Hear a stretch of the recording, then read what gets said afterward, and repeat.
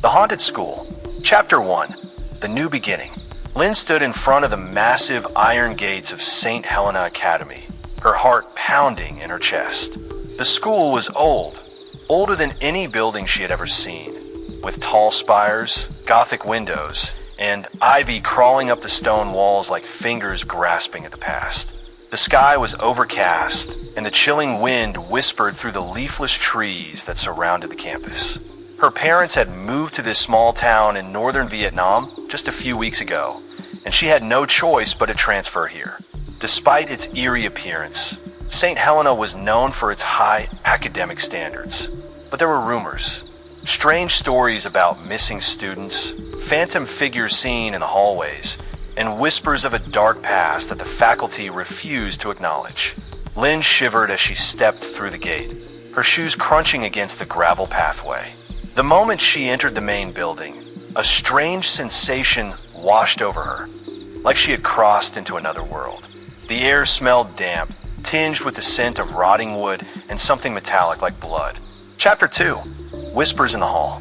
It didn't take long for Lynn to hear the first whispers. Not from the students, but from the walls themselves.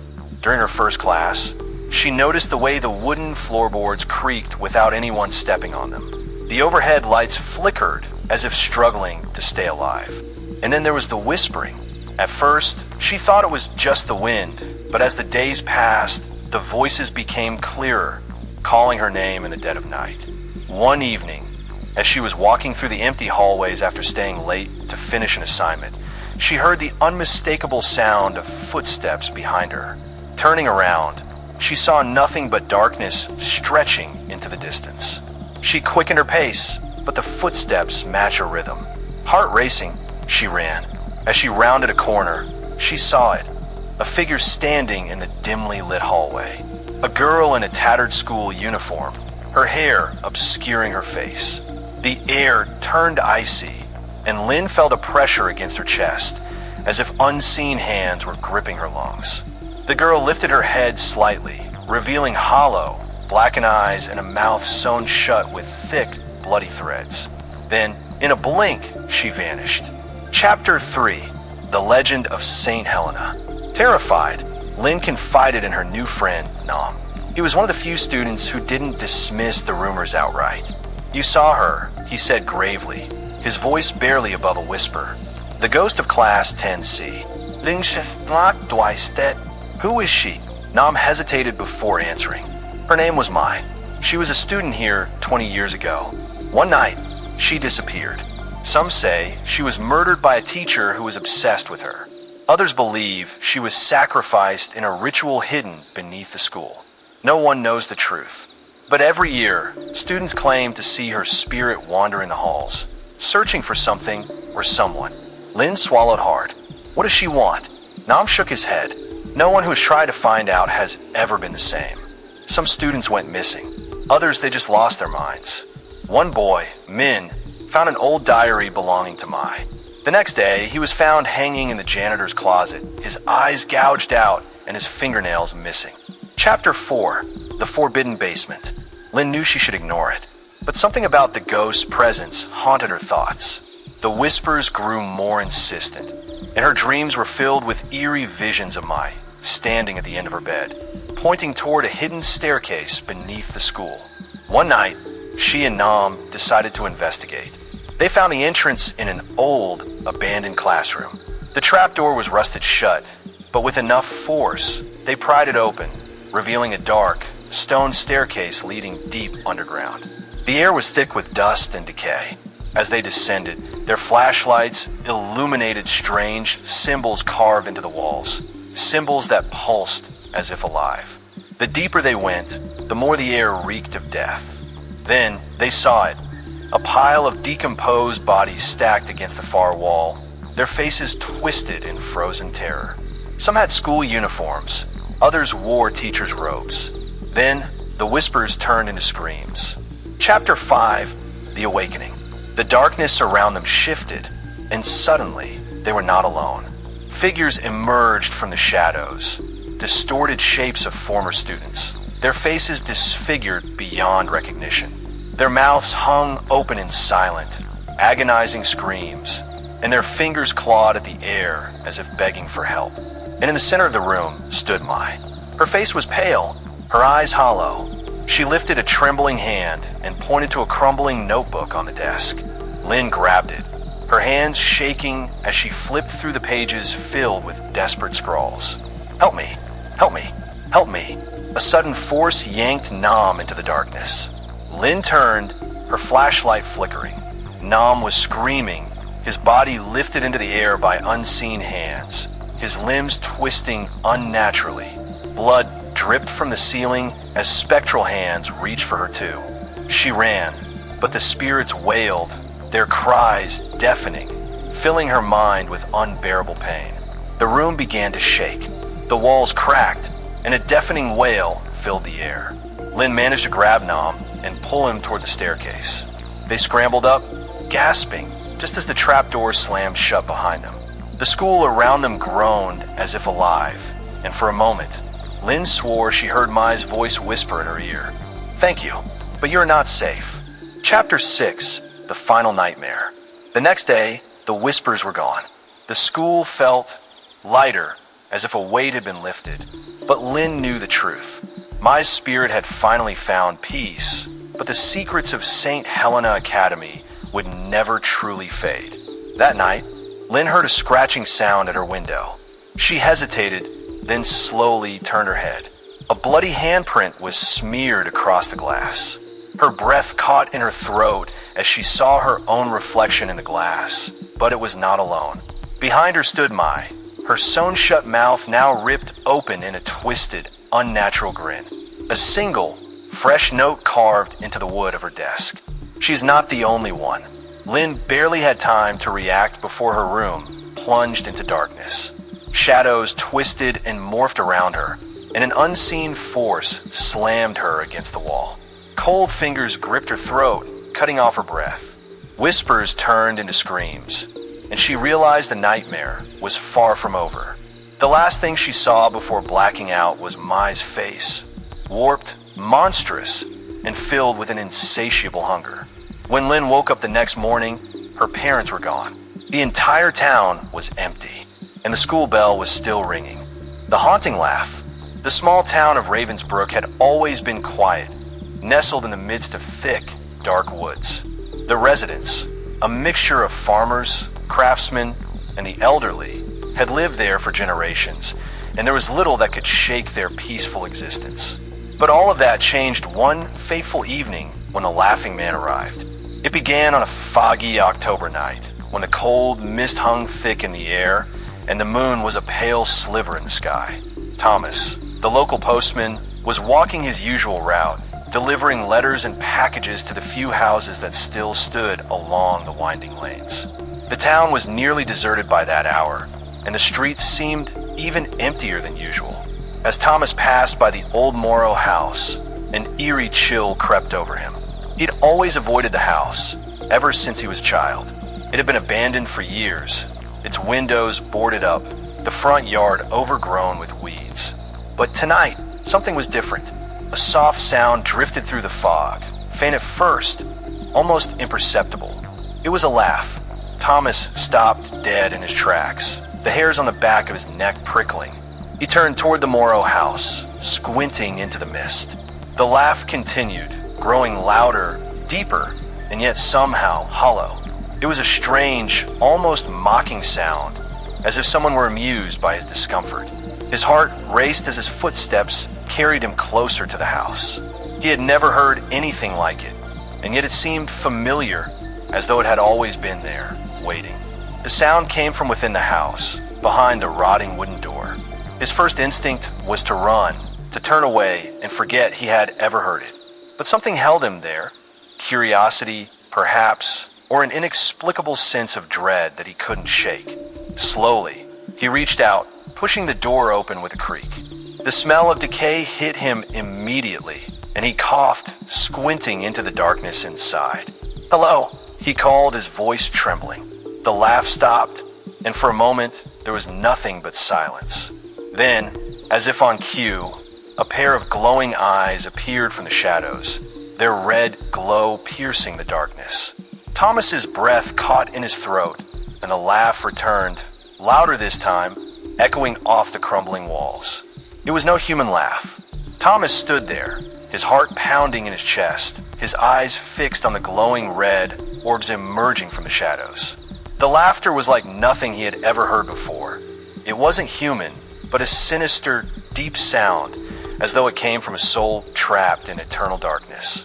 He swallowed hard, his hands trembling, but he forced himself to step deeper into the old house. The air inside was suffocatingly cold, the kind of chill that made it hard to breathe. His footsteps echoed in the silence. But what terrified him most was the laughter, constantly drifting toward him from some unknown source. It never stopped. It seemed to shift locations, as though an invisible entity was moving around him, watching his every move. "It's just my imagination," Thomas whispered to himself, trying to push away the rising fear. But the further he ventured into the house, the more he felt an overwhelming, oppressive presence surrounding him. The old paintings on the walls, the dust-covered furniture, they all seemed to carry a strange, dark aura. Occasionally, he saw faint, indistinct shapes flicker in the corners of his vision, figures that seemed like lost souls drifting aimlessly. Then, suddenly the laughter ceased. Silence descended, heavy and suffocating, making Thomas feel like he had fallen into another realm, one where time itself no longer existed. He froze, squinting into the dark, trying to see what lay ahead. And then, from the shadows, a cold hand reached out and grabbed his wrist. Thomas screamed, but his voice seemed to vanish, swallowed up by the emptiness of the house. The hand was ice cold, like it was made of solid frost, and it didn't loosen its grip. In fact, it tightened even more. He turned around, and his eyes widened in horror when he saw the face, a withered, aged face covered in deep wrinkles, as though it had been dead for years. Yet its eyes burned bright, glowing like a flame. It was the face of a woman, but one who had died long ago. "You should not have come here," the woman whispered, her voice hoarse and guttural, as though each word she spoke carried a terrible curse. Thomas struggled to free himself, but the grip only tightened. He felt the icy cold radiating from the phantom hand. His gaze locked onto the woman's eyes, and he saw in them a profound, terrifying fear, not hers, but his own. She was warning him, but why? Did she want him to leave, or was there something else that he didn't understand? The laughter, it's the woman's lips moved slowly, and immediately a chilling laugh echoed from the depths of the house. This time not from a dark corner, but from the very bowels of the earth, as though some invisible creature was rising from beneath. He turned back around, trying to break free from the ice-cold grip, but it was impossible. The laughter grew louder, more frenzied, as if it were mocking his fear. Then, suddenly, the woman's shadow vanished, leaving Thomas standing alone in the dark, the laughter still echoing. It seemed to be coming from the very ground, rising from the depths of the house. Panicking, Thomas sprinted out of the house, his body exhausted, trembling from the terror that gripped him. As he ran outside, the cold wind howled, and the thick fog wrapped itself around him. But what terrified Thomas more than the fog was the laughter, still echoing in his ears, as though it was following him, tracking him into every corner of his life. Thomas couldn't escape the sound. No matter how fast he ran, no matter how far he went, the laughter followed him. It was as if the very air around him was infused with it, winding through his thoughts like a maddening melody. Every corner he turned, every place he sought refuge, the sound crept closer, louder, and more sinister. It was no longer a distant echo. It was now a constant presence, clinging to him like a shadow. That night, as Thomas lay in bed, his heart still racing from his escape, he thought he could finally rest. The house, the curse, it was all behind him now. But as he drifted into a fitful sleep, the laughter crept back into his dreams, twisting and distorting reality. The woman's face, now burned into his mind, haunted him, her eyes filled with that same terror and warning. "It's not over," she whispered, though her voice was no longer hoarse. It was now a distorted echo, a blend of the woman's voice and something far darker, something ancient and powerful. He woke with a start, gasping for breath, drenched in sweat. The room around him was silent, but the laughter still lingered in his mind, as though it were trapped inside his skull. He stumbled out of bed, his hands trembling as he reached for the door. But as his fingers brushed the doorknob, a coldness swept through him. The temperature in the room plummeted, and he could feel something or someone watching him from the shadows. The door creaked open, and before him stood the woman, her face now twisted, her features decayed and corrupted, her eyes burning with an unholy glow. Behind her, the darkness seemed to stretch and writhe, as if alive, breathing in the cold, suffocating air. "It's not over," she repeated, her voice now echoing with an unnatural resonance. "You have released it." Suddenly, the walls of his room seemed to pulse, the darkness seeping from the cracks in the walls, the ceiling, and the floor. The house itself groaned, as though it were coming alive, and from deep within its bowels, the cursed laugh, grew louder, more horrific. It was no longer a mere sound. It was the very heartbeat of the house, of the entity that had been imprisoned for centuries. "The curse is free," the woman whispered, "and it's coming for you, Thomas." In an instant, the room shifted.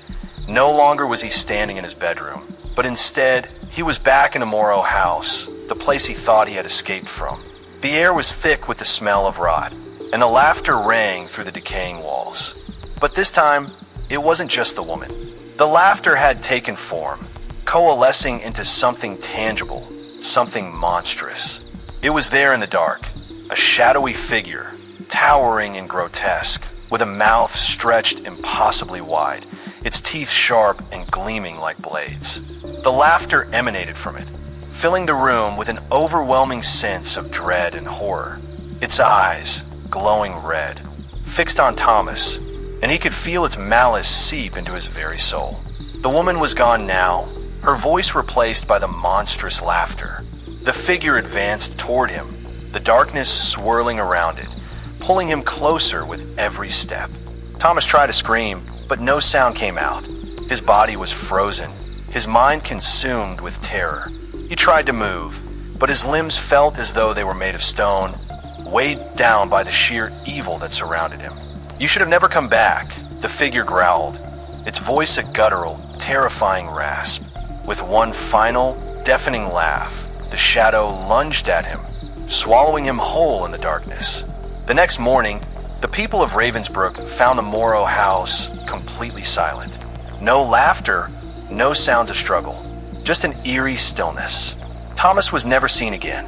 His house, his belongings, everything vanished without a trace. But the laughter did not die. It continued to haunt Ravensbrook, spreading like a sickness through the town. The cursed laugh could be heard in the streets at night, echoing in the wind, slipping into the dreams of those who dared to sleep. And in the dark corners of the Morrow house, the shadows waited, feeding on the fear of anyone who dared to listen. And so, the curse that Thomas unwittingly unleashed upon the town continued to spread, forever echoing in the night. The haunting laugh, a sound that could never be silenced, an ancient evil that would never be forgotten. The ghost beneath the water. The town of Eldermore was a quiet, picturesque place, nestled beside a murky, forgotten lake. It wasn't a lake that attracted tourists. In fact, most locals avoided it. They said the water had a dark, almost unnatural hue, and anyone who ventured too close would be struck by a sense of unease, as if something were watching them from beneath the surface. The legends of Eldermore were many, but the most persistent of all was the tale of the ghost beneath the water. The older generations whispered stories of a woman who drowned in the lake, her body never to be recovered. Some said she was a victim of a terrible accident. Others claimed she had been murdered by a jealous lover. But the one thing everyone agreed on was that her restless spirit still lingered, trapped in the murky depths. Catherine Miller had heard these stories since she was a child, but she never believed in ghosts. She was a rational person, a woman of science, and her recent move to Eldermore to start a new life as a teacher had been motivated by practicality, not superstition. Catherine had always believed that people's minds could trick them into believing in things that weren't real, and the tales surrounding the lake were just that, stories. One evening, after settling into her new cottage on the outskirts of town, Catherine found herself walking along the lake's edge, drawn by the eerie stillness of the water. The sky above was clouded, casting an unsettling gloom over the land. She stared out across the lake, wondering if there was any truth to the legends she had heard. The water seemed to pulse, almost as if it were alive, though the wind was still. Suddenly, a faint ripple disturbed the surface of the lake. It was so small, so imperceptible, that Catherine thought she had imagined it. But then it happened again. The ripple expanded outward, spreading in slow, deliberate circles. Catherine frowned. It couldn't be the wind. The air was too still. Her heart rate quickened, and a strange unease washed over her. She stepped back, her feet crunching against the gravel path, as a distant voice echoed in her mind, "Beware the ghost beneath the water." Shaking off the thought, she turned to leave, but something caught her eye. A shape just beneath the surface of the water was moving. At first, she thought it was a log, or perhaps a trick of the light. But then, the shape grew clearer. It was unmistakably human in form. Long, flowing hair seemed to billow in the water, and a pale face appeared, distorted and submerged, staring up at her. Catherine gasped and stumbled backward. Her mind raced, searching for a logical explanation. She had to be imagining things. But as she squinted into the gloom, the shape seemed to move closer, rising from the depths as if summoned by some dark force. Her breath caught in her throat as she turned and fled back toward her cottage, the image of the face lingering in her mind.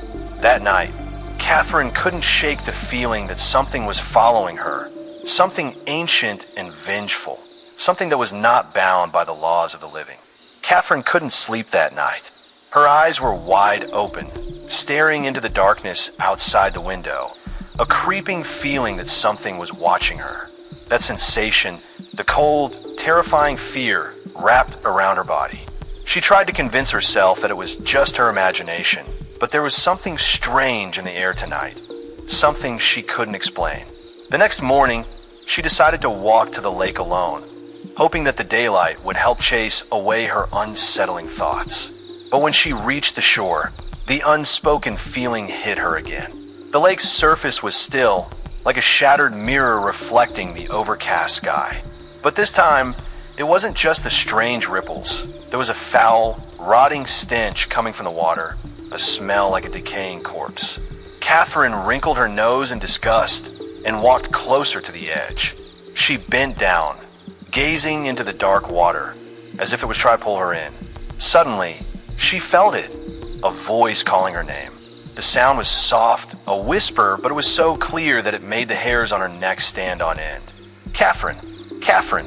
Her heart pounded in her chest. She looked around, but there was no one. Only an empty, desolate space, and the sense that something was about to emerge from the depths of the water. She turned to leave, but then, suddenly, a cold gust of wind yanked her back, and she saw a shadowy figure materialize in the mist over the lake. It was a figure, tall and indistinct, as if it was made of vapor. It stood there silently, staring at her. The figure had no face, just a mass of dark, shapeless smoke, but its invisible eyes seemed to look right through her. Catherine froze, unable to move. It felt as though an invisible hand was tightening around her heart, choking her breath. Without warning, a sound like a scraping noise came from beneath the water, breaking the silence. Catherine looked down and witnessed a horrifying sight. Skeletal hands, white as bone, reaching up from the depths. The long, sharp fingers stretched toward her, as if they wanted to drag her beneath the surface. Catherine screamed, but her voice was swallowed by the eerie stillness. She turned and ran in a frenzy, but with every step, she felt like she couldn't escape this nightmare. The ground seemed to crumble beneath her feet, as though something was trying to pull her down into the earth. The sensation was an unexplainable restraint, and she could only stumble toward her house, hoping to find safety there. When she reached the house, her heart was pounding furiously. She locked all the doors and collapsed on the floor, gasping for breath. But just when she thought she had escaped, there was a light knock at the door. A soft knock, as if someone was tapping on the window. Catherine stood up, her heart racing, and cautiously approached the window. She looked outside and was met with a terrifying sight. Through the misty rain, the figure of the woman appeared. A woman in a white dress, her long hair soaked, her face pale and eyeless. Water dripped from her hair, as if she herself were made of water. Her hands reached through the window, grasping the frame as though she wanted to pull Catherine outside. Catherine screamed and recoiled, but when she turned around, she saw that her room had vanished. The walls had transformed into a dark, swirling mass of water, rising high like a tidal wave. Inside the water, shadowy figures began to form, faces twisted in agony, hands sinking like long-forgotten corpses.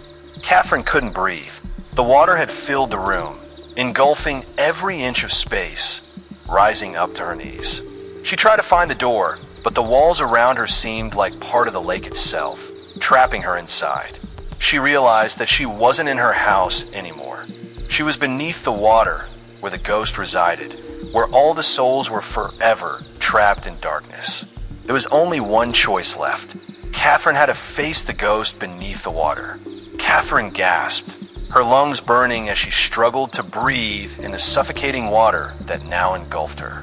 It felt as though the very air was being stolen from her, her body growing numb as the cold, murky liquid rose higher, creeping up her chest.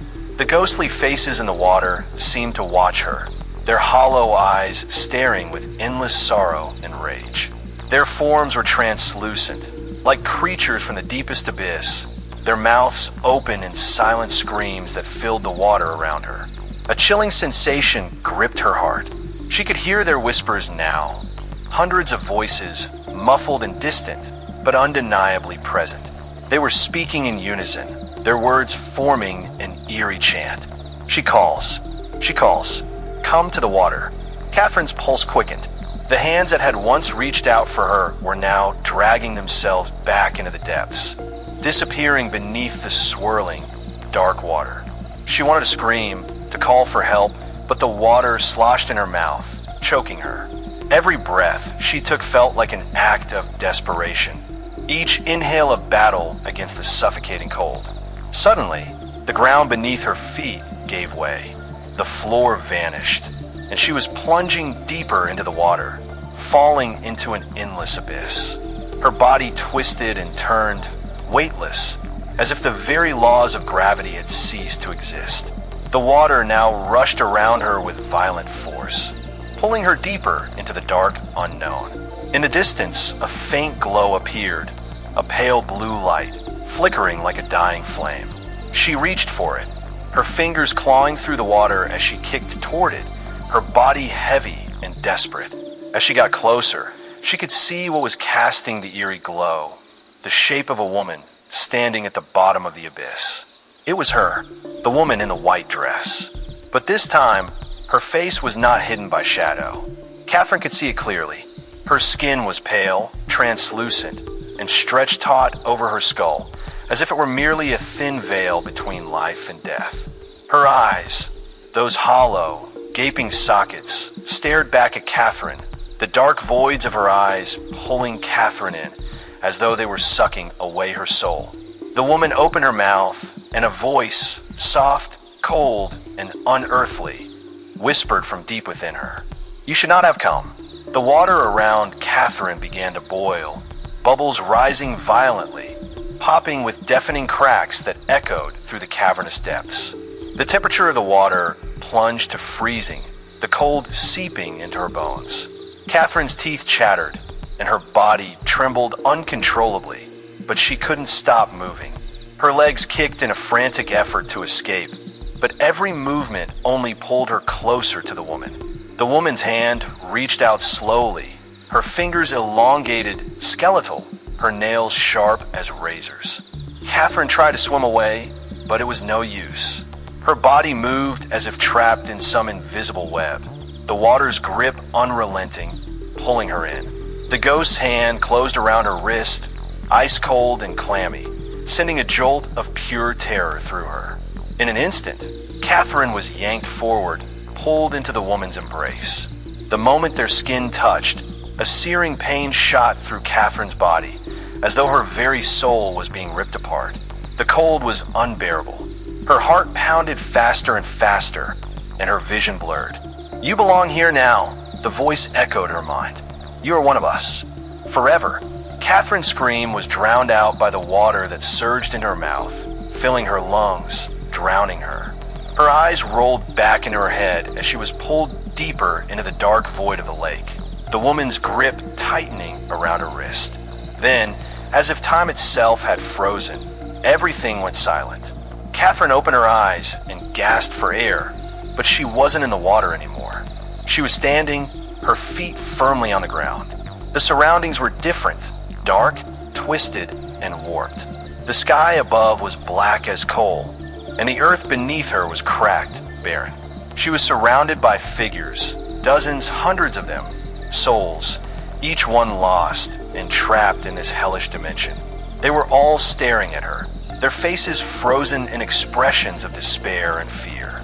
As Catherine turned, she saw the woman again, standing at the center of the circle, her form now clearer than ever. Her mouth opened, but no sound came out, only the horrific, distorted screeches of the souls around her. The woman's form began to flicker, distorting like a television with a broken signal, and then, with an inhuman screech, she began to change. Her body twisted and warped, her limbs elongating, her face splitting apart into multiple grotesque features, each one more horrifying than the last. Catherine screamed again, but this time it was not her voice. The voices of the souls, of the trapped souls beneath the water, came pouring out of her mouth, an endless, tormenting wail that seemed to fill the very air around her. Her own body began to change, her skin turning pale, her eyes hollowing out as she, too, was pulled into the unending cycle of torment. The last thing she saw before everything went black was the woman's eyes, those empty, soulless voids staring back at her, and the faint echo of her voice. "Welcome to your eternity." The blackness was suffocating, crushing. Catherine's body felt heavy, as though her limbs were made of stone, yet she couldn't move. The coldness seeped into her very soul. Her lungs burned as though they were filling with water, though there was no water around her. She opened her eyes and saw nothing but darkness. She tried to scream, but the sound was swallowed by an endless void. It was then that she realized she was not alone. In the distance, there was a faint glimmer of light, but it was not warm. It was cold, like the light of a distant, dying star. It flickered, wavering in the dark abyss, and as Catherine reached toward it, she could hear the whispers again. Not one voice, not even 100 voices, but 1,000, no, millions of souls all calling out to her. "You belong here. You belong with us. Come closer." The light grew stronger as she moved toward it, but it wasn't a beacon of hope. It was a trap. She could see now that it was the woman in the white dress, standing at the center of a circle of the lost souls. Her face was twisted, a grotesque mask of agony, her mouth wide open as though in a permanent scream, but no sound escaped. Her eyes were black, hollow pits, endless voids where only darkness existed. Catherine's heart raced. She realized what had happened. She had become one of them. She was no longer Catherine. She was just another trapped soul, doomed to wander this dark, cursed place for eternity. The woman in white reached out to her, her long, skeletal fingers trembling as she beckoned Catherine forward. The water began to swirl around them. The lake's surface now a terrifying whirlpool that sucked everything in, dragging Catherine deeper into its grasp. The other souls began to chant, their voices overlapping and merging into a singular, maddening cry. "Come, join us, join the darkness. We are the forgotten, the forsaken forever." Catherine felt herself pulled toward the woman's outstretched hand. Her body moved against her will, like a puppet on invisible strings. She was powerless. The water surged around her, filling her mouth, her lungs, but she couldn't drown. There was no escape, no release from this nightmare. As her fingers brushed against the woman's cold, bony hand, a surge of icy pain shot through Catherine's body. She gasped, her body trembling violently. The woman's grip tightened, pulling Catherine closer until their faces were inches apart. Catherine's breath quickened as she stared into the blackness of the woman's empty eyes. The woman's mouth moved, but no words came out. Instead, a rush of voices flooded Catherine's mind. Thousands of voices, all speaking at once. They weren't words. They were memories, shattered, fragmented, and painful. Memories of every soul that had ever been lost to the lake, their cries for mercy lost in the depths of time. And then, Catherine understood. This was the fate of every soul that came to the lake. Every soul that heard the call, that was pulled into the water, was forced to become part of the haunting, part of the curse. They were doomed to live in the darkness forever, trapped in an eternal loop of torment, unable to escape. She tried to fight it, to scream, to break free. But the more she struggled, the stronger the pull became. The darkness consumed her, the water filling her every thought, every memory, until there was nothing left but the cold, suffocating silence of the abyss. The next morning, the lake was calm again, its surface as still as glass. Catherine's house stood silently at the edge of the shore, untouched by time. The only sign that anything had happened was the faint ripples on the water's surface, as if something, someone, was still trapped beneath, reaching out from the depths. The whispers could still be heard, faintly carried by the wind, drifting across the water like a warning to those who dared to approach. "Come closer, join us," the lake calls, and as the day went on, the lake waited patiently, its surface ever still, always watching, always waiting for the next lost soul to hear its call.